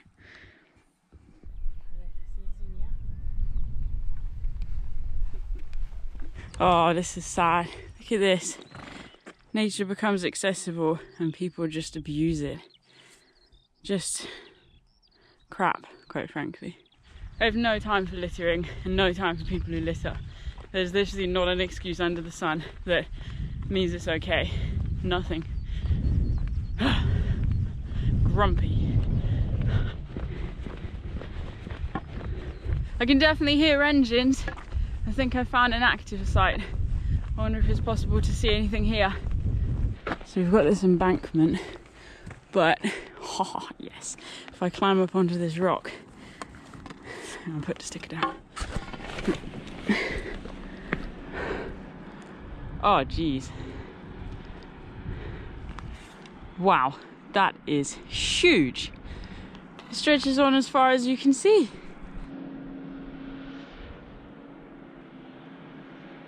Behind me you can see one of the largest quarries within the region here of Dartmoor. Obviously they're quarrying China clay, and actually it's a mineral called kaolin, which is decomposed granite. The granite is broken down and kaolin is what's sort of left, and they mine it out. They use high pressure hoses as well, and 80% at one point of the kaolin that we produced within the UK, certainly Devon and Cornwall, was exported. So it makes it one of the most wealthy minerals that we export out of the UK. Obviously that's very valuable for the economy. What's it used for? Well, pretty much everything. Obviously porcelain and clay works, but even things like toothpaste, glass and paper. This is a very versatile material and mineral rather that they're actually extracting here, and it has a huge variety of uses. There really was a lot to see, but plenty more ahead, so I didn't stop to gawk for very long. Instead, I pressed on alongside the big pond and then followed a track which took me very close to the edge of some active quarry workings. Whoa. Behind me you can see an older workings.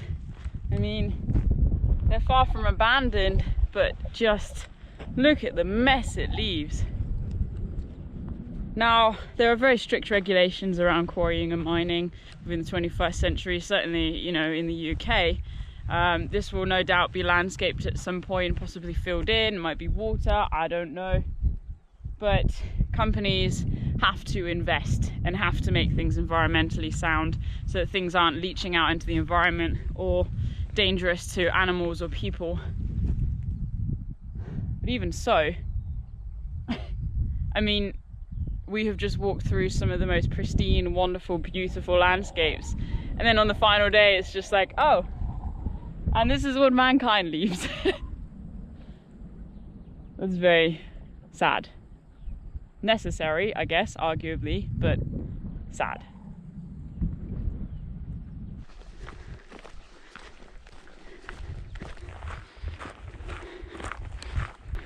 Hey, there's a Highland cow up ahead. The best cow. Look at him. There were actually a few coos about, including some black ones, which were very similar to the original cattle that would have been driven to and from the Highlands. Not gonna lie, this really did make me very, very happy indeed. I love coos. I had no idea the workings here were so vast. Just immense. I'm lost for words, really. It's just very unexpected. Just pootling about on the moors and then there's a freaking massive hole.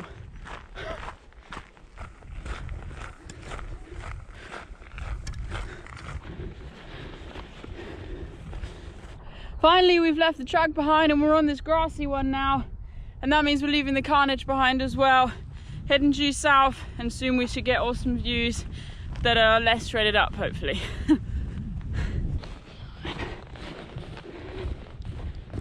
Alright, so I've got my bearing of 140 degrees and I'm just using different site markers since it's clear to guide me and stay on track with that.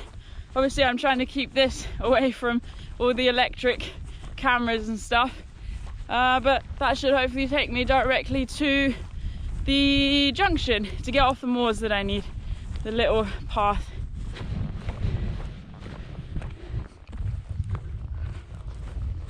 Picking up this track here, scaring the pheasants, and skadoosh. Here is our trail. Now I'm just heading down into the valley. I'm gonna pick up some lanes and then the river, and then head all the way back into Ivybridge. Probably 3 or 4 miles left. Definitely time to reflect on the trail and come up with my closing speech, I feel. And here is a sign, just for some reassurance. Hello, my friend. Imagine if I just patted all my friends like that. Hello, my friend. Oops. Let me through now.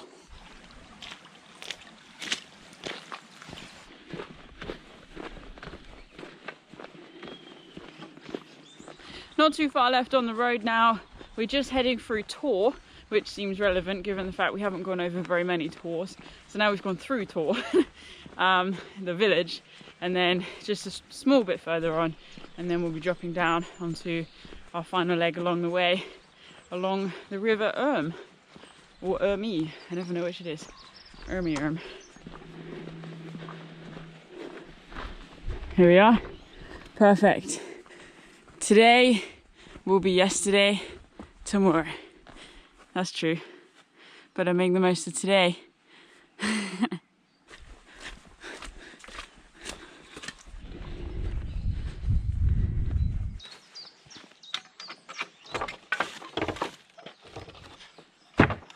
And here is the river, and this will guide us home, all the way back to Ivybridge.